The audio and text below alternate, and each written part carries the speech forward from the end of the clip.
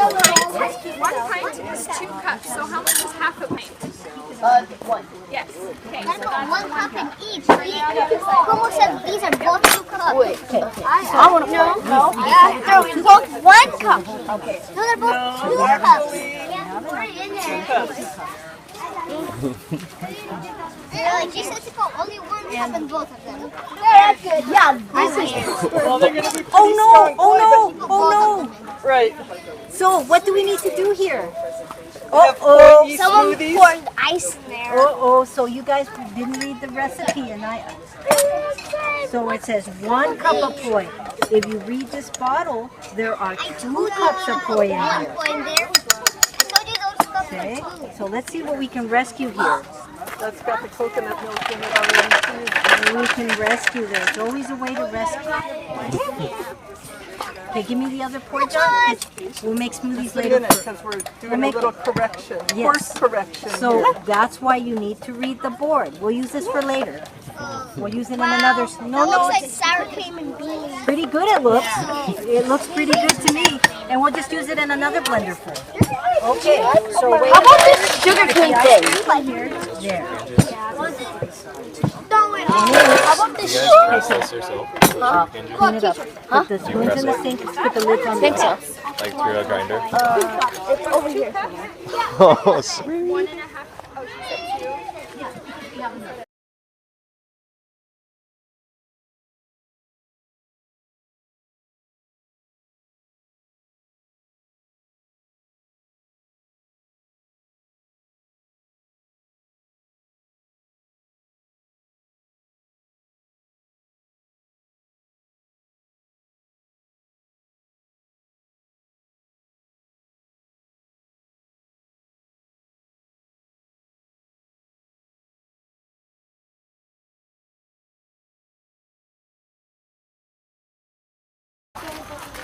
So, can you guys come in? Yeah, please come in. He's been a wonderful help with this project. Okay, could you guys circle up and just at least be quiet because we have guests and we're trying to explain what your guys' class is. Mahalo. So maybe one of the students can talk a little bit about what we've been doing. Bridget, you want to start just with what we've been working on? I don't think that's the appropriate response. Go on to me. So we've been having traps in the garden and collecting the slugs inside and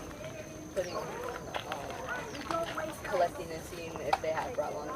She's been taking them back to their lab and testing them.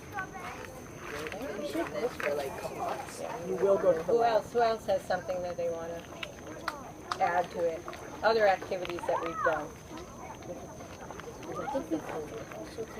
Well, we're making a rat life cycle of basically the nematodes, so that's the puppets that we're making over there. So we can take the rat life cycle and show how it happens. And what about this table? What's going on here? So we'll have you go to 3 different tables and let's have, so at this table, what's the activity going to be, guys? The rat one life cycle. Rat one life cycle. Right. And what do we have going on over here?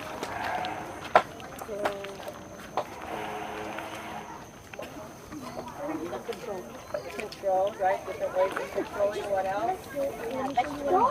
Vegetable washing, how to prevent. And then at the far table, what are you guys' activity over there? The rat lung. Yeah. Okay, so more about the rat lung room so that everybody really gets caught out of it, yeah? So we could each, if you want to each go to a different table, you can do the activities that way, or if you want to move through the tables, the kids kind of have I think maybe it would be good for each one of you to go to a different table and then we'll switch after, say, 5 minutes. I don't know how long we have. Whatever's your class time. You know. Okay. Yeah, we got And it's okay, Hal, maybe could you just give to our guests quickly your history a little bit and a little bit around what you're doing, a broader perspective for these guys? So It's very important work and serious work. So. I'm currently a graduate student at the University at Hilo. I'm in the Tropical Conservation Biology and Environmental Science program, and I work with Dr. Susan Jarvie at the College of Pharmacy. My son lived here in Kapoho and in 2008 was infected and was in a coma for 3 months and not expected to recover because the parasite goes to the brain and central nervous system and causes a lot of damage. This area in particular, East Hawaii, has been especially hard hit with this disease. It's carried by slugs and snails. It has a complex life cycle that involves rats, slugs, and snails. And people are generally infected through either consumption of a slug or snail on produce or possibly through catchment water. And we have about 75% of our residents are on catchment in this community, in Puna. So it's been a serious problem. We've had deaths from it, we've had suicides from it, we've had permanent disabilities from it. So for the students, as part of their school garden project, to learn how to use integrated pest management to control slugs and snails is a way to reduce risk. A goal of the project is to have the kids educate their family and their communities and then to spread this information to other schools. So we're working on some technical videos, GIS story maps and that type of thing as a way to include technology. So we're trying to incorporate STEM or STEAM, including the arts in it as well, as part of this and creating curriculum around it that's academically challenging, place-based, project-based, integrated. And actually one of our graduates also got rat lung from just siphoning a hose, water off a hose. Fortunately, he's okay. But I know one of the things is it's difficult to tell what it is, and it's... The diagnosis is difficult. Right now they have to do a spinal tap to diagnose, so that means going to the hospital. Even then, they've missed it. So we've had a number of people turned away from the hospital, and then they get worse and worse. There's not any real good treatment at this point in time as well. We actually have had 3 phone calls just in the last week, rat lung related. A visitor, parents brought their daughter here to go to the university and start in a graduate program, and the husband was infected and he's back home in the hospital. So because there's very little information on this to anybody, we feel that needs to change. And even though it seems like a scary subject and people have been afraid to broach it, we know that education is key to prevention. If we know about it and know how to prevent it, then we can protect ourselves. But if we are completely clueless as to this being here, which I was a school garden teacher in Waimea, and I had no idea this disease existed until my son got sick. Cases have been cropping up here since about 2000. Invasive semi-slug arrived, which is a very effective carrier. It runs at about a 75% infection rate. CDC and Department of Health tested this area for infection in rats, and 100% of all the rats that they tested were infected. At that time, which is about 2007, they said control might be warranted due to the high levels of infection in the slugs and snails and the rats, and yet nothing has been done. So the situation has continued unaddressed for 15 years. So we're the rat lungworm working group, the Hawaii Island rat lungworm working group out of the University of Hawaii at Hilo College of Pharmacy under Dr. Susan Jarvie, and it includes our scientists and students and some other volunteers. And we're dependent on grant funding, and they have not gotten any grants that they've applied for. And I think, as you can see, that like tourism, this could be, this could so deeply impact like the fire ants impacting agriculture. This rat lung is so serious. Personally, I know how to wash, but I do not eat raw vegetables anymore. I know you probably don't want to hear that. I am so paranoid. The more knowledge you have on how serious this is, that despite, the half an hour soaking with all this extensive stuff, I personally won't eat at restaurants any salad because the chefs are not being educated on this.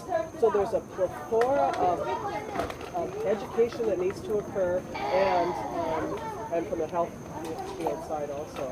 Yeah, we applied for 8 grants. One to look at filters for catchment to make sure that the filters are working. We were turned down by everyone. I applied for 5 different entities just for this education project to work with. I'm working with 5 partner schools that I cherry-picked to look at elevation, how does it affect, and from east to north. So from Kapoho up to Waimea, up to Volcano, Lapahoehoe and Mountain View are the schools that I'm working I was turned down by every grant, every funder that I applied to. So this project is funded through a GoFundMe project that I started myself. So we're really grateful for this. guys, why don't you come to this table and Group 1! group 1, boys, man. And I put into the jar. And then, for... Take pictures. Do you mind? Yeah, no, I don't I'm gonna share this with my kids at my school thing. And then we have this. You put the bait inside, and then the snails and slugs go inside there, and then like here can die inside there. Are some real slug rats. You can open it. Yeah, maybe you want to make the video. And then Adult female build up the lung vaccine trial rats. so this is the actual parasite itself. Yes. It's an adult. This is the worm. So it's the oh man. Well, Yeah, is this more than one worm? Yeah, it's more than one. But they're big. When I pulled out about maybe 20 at a time, it's like a little wad of hair on the end of our pit. So the adult female's about an inch long and the male's about 3/4 inch. So they grow to just about that size in your brain and central nervous system. No wonder, just like because it's living and it just damages you. It just damages and it sheds. It goes through one molt cycle in the brain, so it goes from 4th to 5th stem, so it sheds the skin in the brain. And then it's feeding, so it's pooping and growing, and it's obviously feeding on brain material. So probably mine and From the beginning. okay. First, They're microscopic going in, but they're pretty big. Angel. it's the worm, then the rat stop the worm. It's If anything you could see, like imagine this living in your head. I mean, I don't want to, but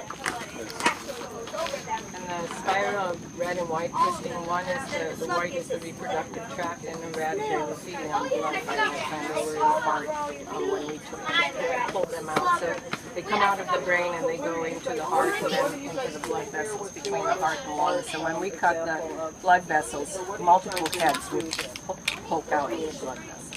And literally just pulling them out is just they clog the blood vessels, which may be why the heart rate is feel that in some cases they are coming out of the brain in humans. Let's get a close-up on this.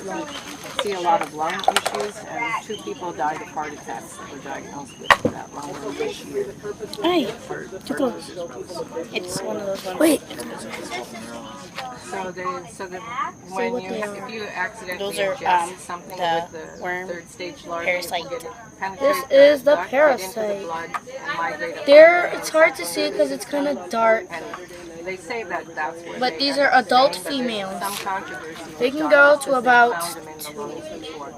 So in the rat, 1 when they become 5th inch, stage and ready to reproduce, they'll come 1.5 out of the brain, inch or something go like into the that. heart and the blood vessels between the lungs and heart, and that's where they And lay the eggs. yeah, you don't want this living in your brain or else you'll die.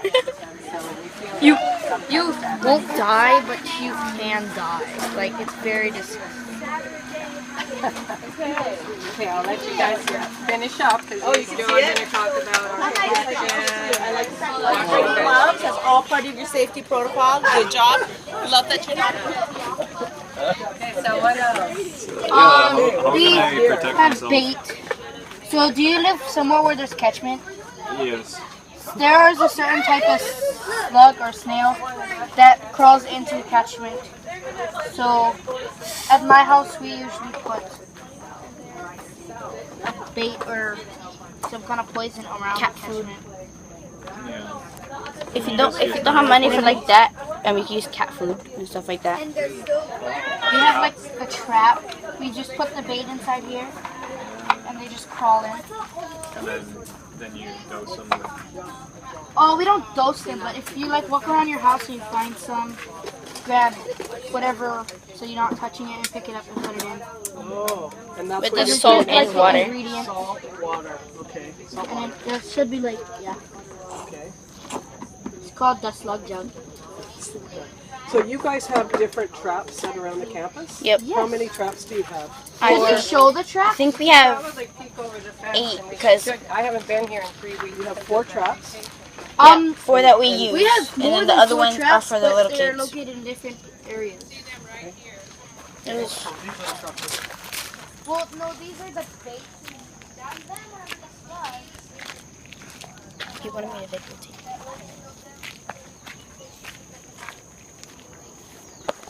That is one of our traps. There's one right there and one right there, and there's one that's covered up by the grass. Where is that? All those like the right there, that the thing right there, and then there's one over there and one here. The wood thing? Yeah. Oh, okay. And then there's one right beside it, like right there. And somehow the slugs go in there. They go in it, and then we look under and we find them, and then we put them. NTK takes them back to her lab, and they study to see if they have rat lung, to see if our school has rat lung slugs and snails in it. Cool. The most ones that we found were vercubs. That's like the most ones that we had, and we found a flatworm here too.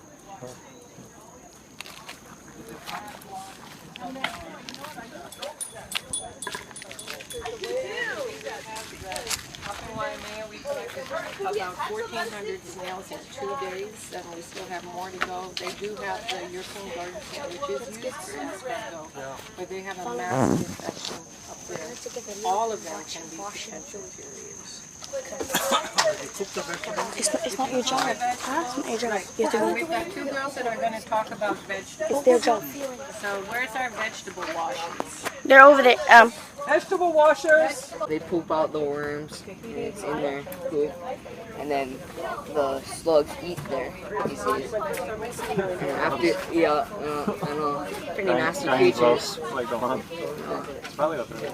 And then after they eat it, congest it, and then this is the stage 3 when they congest it, this stage 3 of the larva, right? And that's what can infect you. And it's in their slime and all that, and they crawl all over your vegetables, whatever you have in your garden, and get it all infected. Pretty gnarly, bro. And then after that, the rat eats it, and then it infects the rat.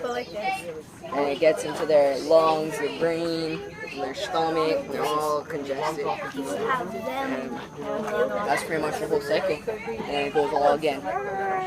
Sure does. So where's the human come in here now? Human comes in on the stage 3 when it crawls all over your food, right? When the slugs crawl over your food. What happens if I just eat the birds? This, It has to be eaten by a slug. yeah, you can't really get infected by that because this is like the stage 1 thing. It's not really like alive yet, you know? But when the snails eat it, stage 3, and that's what infects us. So instead of growing in the rat, it's like in you. Yeah, and that's what it does. It grows in your stomach and your lungs, and it gets all in your head. That's all the things like a worm. Yeah, it's worms, like literally worms, and they have the worm in the bottle over there. Yeah, I saw this one. Yeah. So Red's gone. don't eat slugs or Yeah. snails is the key. Yep. And always wash your food really good. Kill it right over here. Well, trap rats, try kill slugs. Trap their eyes, kill the slugs, and they won't eat the slugs. But pretty gnarly, bro. Okay. Doing like they want to get it going. So I think we have to do take 5. Can I videotape this too? Wait. Hi, my name is Jacob Cordova, and I am going to be explaining to you the rat lungworm life cycle. So basically, the rat lungworm starts in the rat's lung, and then it eventually gets into the bloodstream, and then it gets digested, and it excretes and to the poop. I did not smash anything. And then, basically, the slugs go over the poop, and then they get infected with it because the rat lungworm is inside of it. And then, basically, whenever they're infected with the rat lungworm, it goes over the vegetables, for example, the lettuce. And if you don't wash it properly, then you can, if you don't wash it properly, or if you get it on your hands and put your fingers in your mouth, then you can eventually get it. Or you can check to see if there's little baby slugs, because they're really tiny and they can hide inside the vegetables. So you have to make sure you can wash them properly and look out for those little baby slugs. And then the rat life cycle starts over whenever the rat eats the slug. And then it goes on over and over and over.